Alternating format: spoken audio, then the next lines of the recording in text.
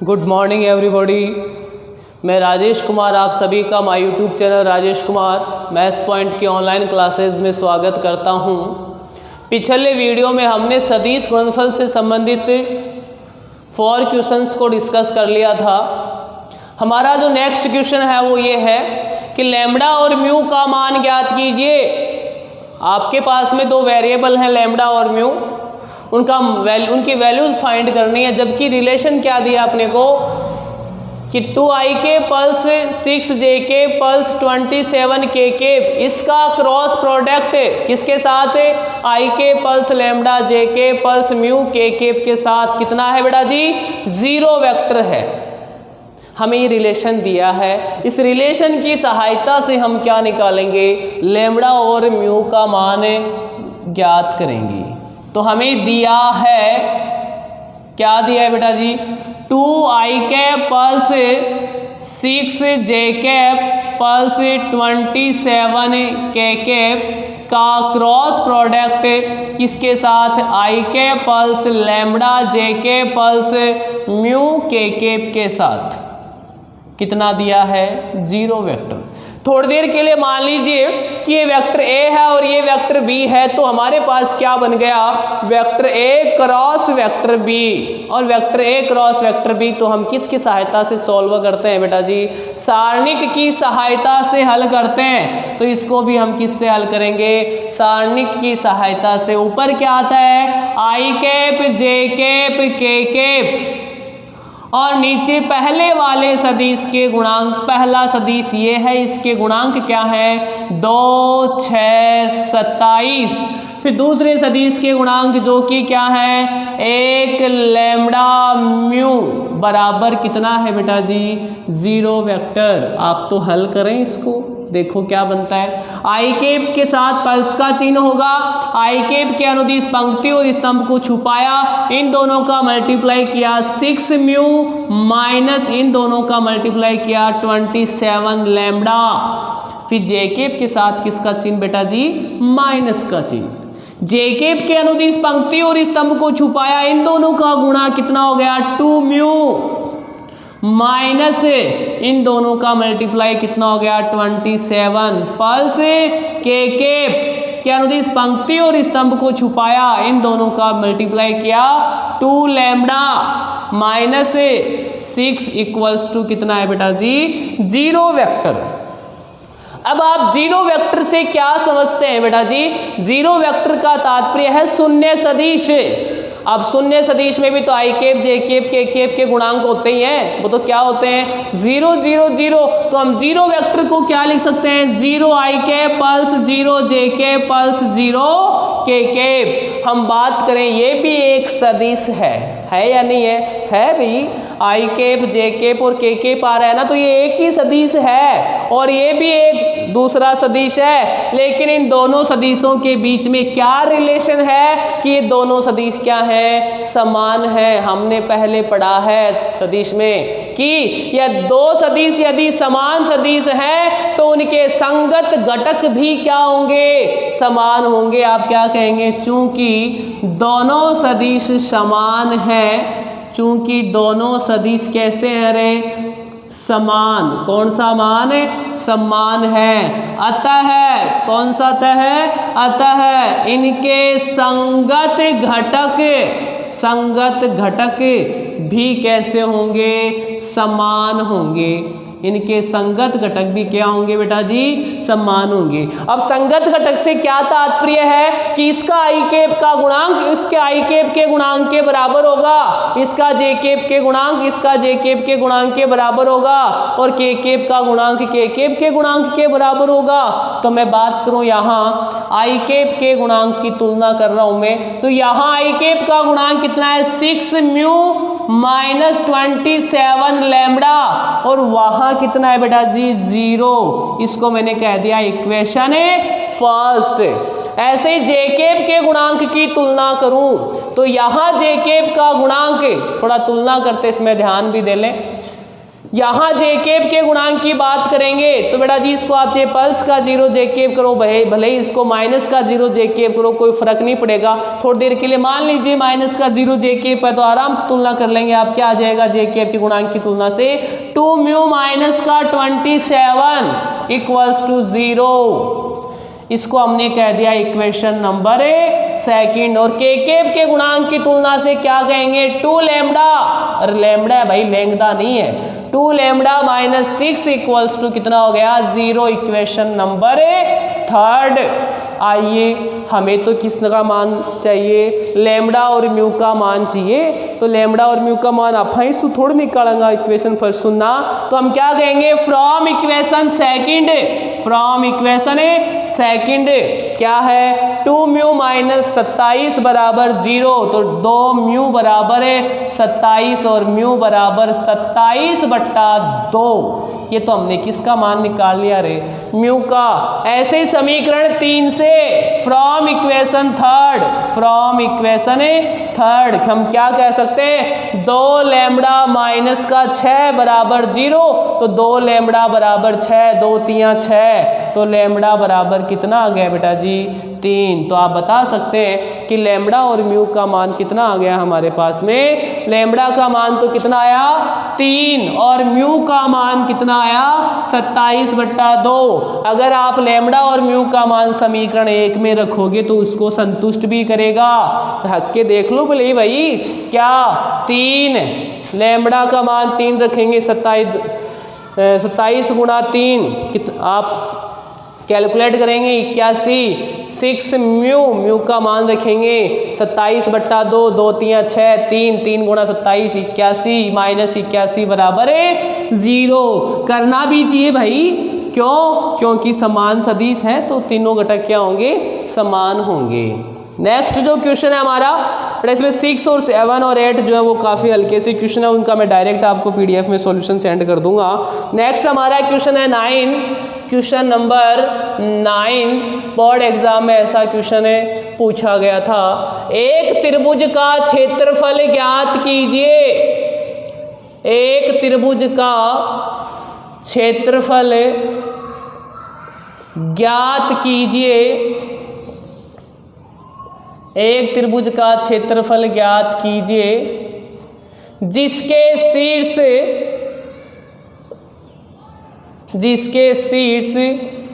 शीर्ष ए के निर्देशांक है हमारे पास में 1, 1, 2, बी के निर्देशांक है 2, 3, 5 और सी के जो कोऑर्डिनेट हैं वो है 1, 5, 5 हैं।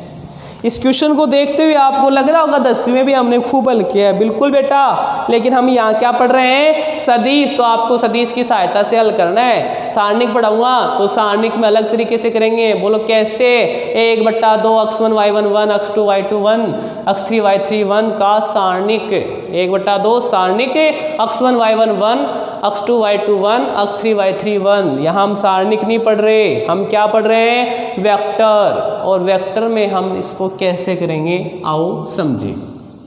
मान लीजिए आपका जो ये त्रिभुज ABC है, एक त्रिभुज दिया है उसके शीर्ष अगर आपको ABC दिए तो त्रिभुज कौन सा हो गया ABC, जिसका ये वर्टेक्स ये शीर्ष तो क्या है 1, 1, 2, वर्टेक्स B क्या है 2, 3, 5 और वर्टेक्स C क्या है 1, 5, 5 है।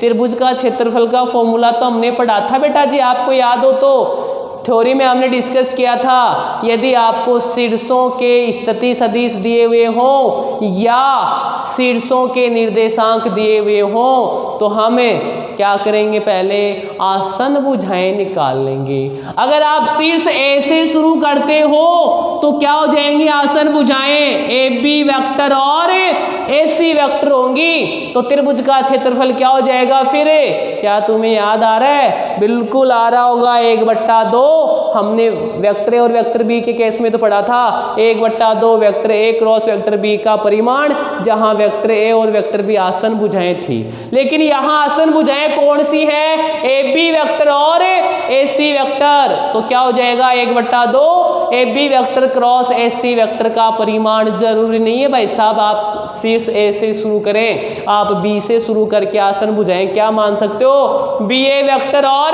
B C vector. इसी प्रकार सी से शुरू करके क्या मान सकते हो, C A vector cross C B vector से भी कर सकते हैं। अब तो ए से करेंगे, तो जो दिया है उसको लिखेंगे। पहले तो क्या दिया है आपको, शीर्ष ए।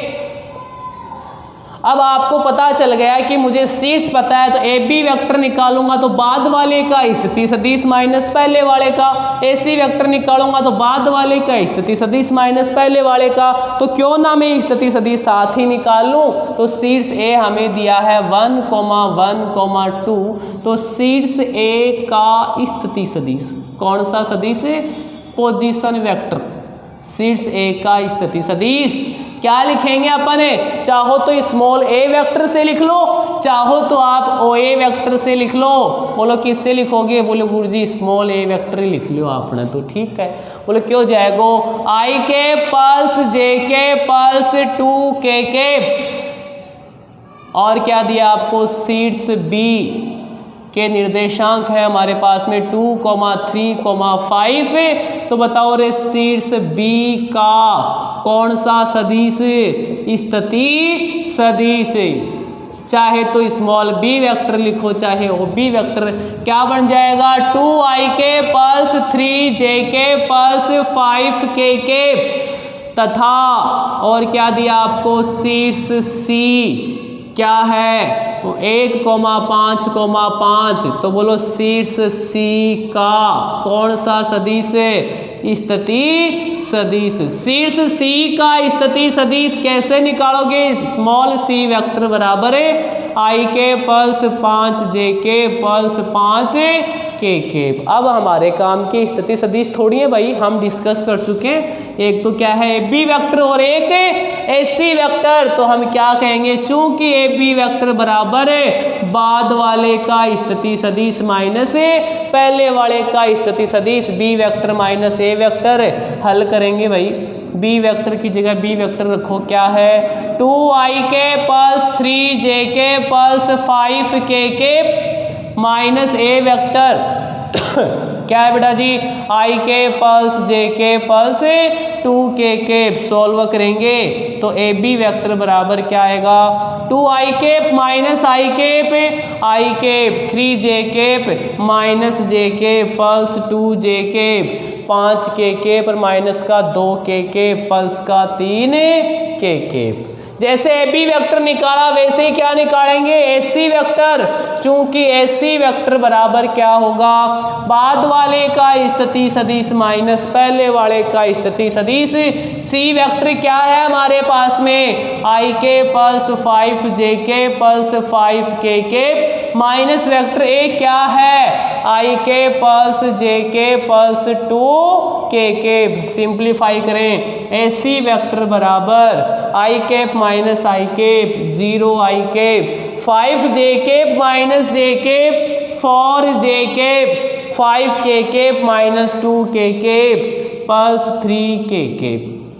अब बेटा जी हम डिस्कस कर चुके हैं कि फॉर्मूला क्या है हमारा, 1/2 A B vector cross A C vector. तो फाइनली आप समझ गए मुझे क्या निकालना पड़ेगा, पहले A B vector cross A C vector निकालना पड़ेगा। बोलो A B vector cross A C vector कैसे निकालेंगे रे, की सहायता सु, हाँ सारणिक की सहायता सु। ऊपर ने कहीं आओगो आई कैप जे कैप और के कैप। देखो A B vector cross A C vector बराबर सारणिक I cap J cap K cap. पहले ए बी वेक्टर है तो ए बी वेक्टर के गुणांक क्या है, 1 2 3 1 2 3। फिर ए सी वेक्टर के गुणांक क्या है, 0 4 3 0 4 3। हल करना सीख चुके हैं बेटा आप। आई कैप के अनुदिश पंक्ति और स्तंभ को छुपा लिया, 3 दूनी 6 माइनस 4 3 12 माइनस जे कैप के अनुदिश छुपा लिया, 3 एकम 3 माइनस 0 गुणा 3 0 पल्स के कैप। कितना हो गया रे के कैप के साथ हम देखें तो 4 माइनस 2 गुणा 0 2 गुणा 0 कितना हो गया रे 0। हल करो 6 माइनस 12 माइनस का 6 आई कैप माइनस का 3 जे के पल्स का 4 के। बेटा क्या को मान आयो रहे हो वो आयो A B vector cross A C vector आफान तो चाहे को नहीं आफान तो के चाहे इको परिमाण चाहे A B vector cross A C vector का परिमाण बराबर अंडर रूट -6 का स्क्वायर पल्स -3 का स्क्वायर पल्स 4 का square under root 36 plus 9 plus 16 कितना होगा रे 36 और 16 और 9 25 25 दूनी 50 और कितना बचेगा 11 60 रे 61 अंडर रूट 61 परिमाण तो निकाले आप क्यों जैसी इकाई। बेटा जी हमने क्या निकाला परिमाण निकाला कितना है अंडर रूट 61। अब हम क्या लिख सकते हैं अतः त्रिभुज का क्षेत्रफल अतः किसका क्षेत्रफल है त्रिभुज का क्षेत्रफल क्या होगा रे formula 1/2 A B vector cross A C vector का परिमाण 1/2 गुणा क्रॉस कौन बोल रहा हूँ मैं गुणा अंडर रूट 61 कितना हो जाएगा अंडर रूट 61/2। अब यहाँ ध्यान दें क्या लिखूँ इकाई तो क्या लिखेंगे वर्ग इकाई क्योंकि ये क्या है त्रिभुज का क्षेत्रफल है और क्षेत्रफल का मात्रक वर्ग इकाई होगा। क्या होगा वर्ग इकाई होगा। समझ चुके हैं मेरे ख्याल से आप बात को। चलो हम नेक्स्ट की बात कर लें। नेक्स्ट हमारा क्वेश्चन हमने त्रिभुज का क्षेत्रफल डिस्कस किया है उसी प्रकार से हम अब नेक्स्ट क्वेश्चन में जो है वो समांतर चतुर्भुज के क्षेत्रफल से संबंधित है। बोर्ड एग्जाम में बेटा जी समांतर चतुर्भुज का क्षेत्रफल भी एक बार पूछा था। आइए हल्के में ना लें इनको। क्वेश्चन नंबर 10 एक समांतर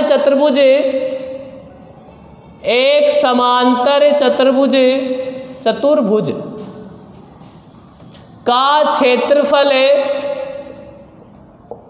क्षेत्रफल ज्ञात कीजिए जिसकी संलग्न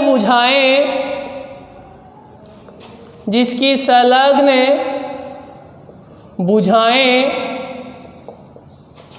vector A equals to I cap minus J K plus 3 K cap और vector B equals to 2 I cap minus 7 J cap plus K cap है। बहुत ही आसान सा क्वेश्चन पूछ लिया आपसे। आपको समांतर चतुर्भुज की क्या दी हुई है बेटा जी संलग्न भुजाएं दी हुई हैं। समांतर चतुर्भुज की क्या पता है आपको संलग्न भुजाएं पता है।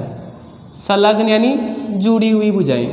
एक भुजा तो वेक्टर ए है और दूसरी भुजा वेक्टर बी है। तो समांतर चतुर्भुज का क्षेत्रफल आप जानते हैं बेटा जी क्या होगा vector A cross vector B का परिमाण।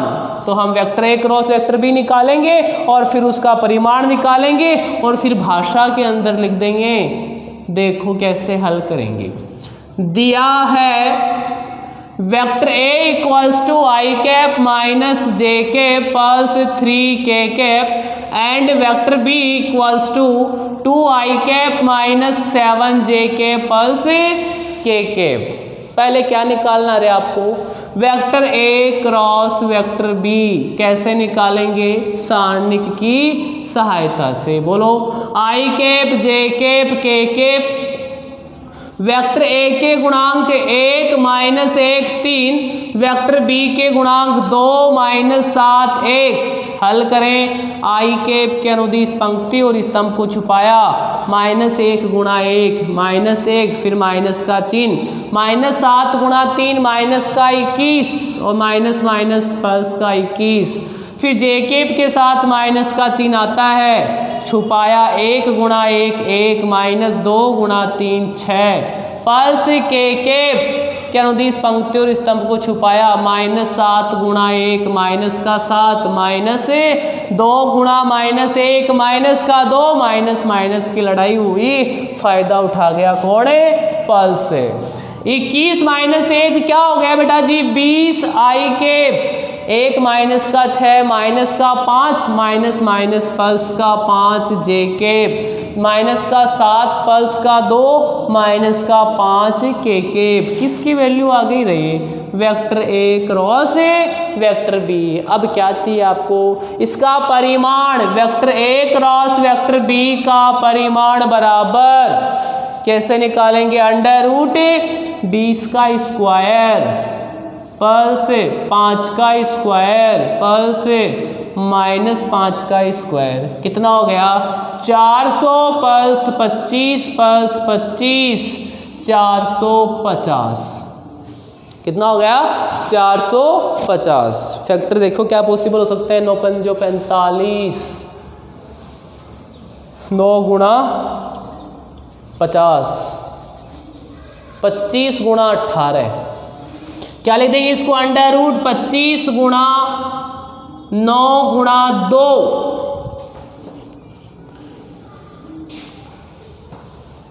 25 9 में 225 गुणा 2 450। 25 बाहर आएगा, 5 9 बाहर आएगा, कितना हो गया? 3 5 3 15 √2। या इसको लिख सकता हूँ मैं डायरेक्ट कहीं तो इसको 225 गुणा 2। 225 का वर्गमूल 15 √2। क्या निकाला है अभी आपने? परिमाण। तो क्या लिखोगे? इकाई। अब आगे बात करें हम, हमें परिमाण थोड़ी पूछा है, समांतर चतुर्भुज का क्षेत्रफल। अतः समांतर चतुर्भुज का क्षेत्रफल बराबर क्या होता है? Vector A cross vector B का परिमाण बराबर 15 √2। लड़ाई तो 88, इकाई को नहीं भाई साहब, क्या होगा? वर्ग इकाई। चलो बेटा जी, उम्मीद आपको समझ में आ रहा होगा। नेक्स्ट हम क्वेश्चन की ओर चलते हैं। इस क्वेश्चन में भी आपको हो सकता है कि समांतर चतुर्भुज की संलग्न भुजाएं न दे, समांतर चतुर्भुज के शीर्ष दे दे या शीर्षों के स्थिति सदिश दे दे। तो आपको पता ना कैसे हल करेंगे? ए से शुरू करोगे तो AB vector cross AD vector, इस प्रकार से हल करेंगे। क्वेश्चन नंबर 11 है हमारे पास में, ध्यान दें। मान लीजिए, बहुत माना में तो बे गणित का सारा दिन मानवा कोई काम रहे। मान लीजिए सदिश वेक्टर ए और वेक्टर बी इस प्रकार है कि वेक्टर ए का परिमाण बराबर 3 और वेक्टर बी का परिमाण बराबर √2/3, तब vector A cross vector B एक मात्रक सदिश है, एक मात्रक सदिश है यदि वेक्टर ए व वेक्टर बी के बीच का कोण है। ऑब्जेक्टिव टाइप क्वेश्चन है बेटा। ए π/6, बी π/4, सी π/3 और डी π/2। देखो कैसे हल करेंगे। हमें दिया क्या है?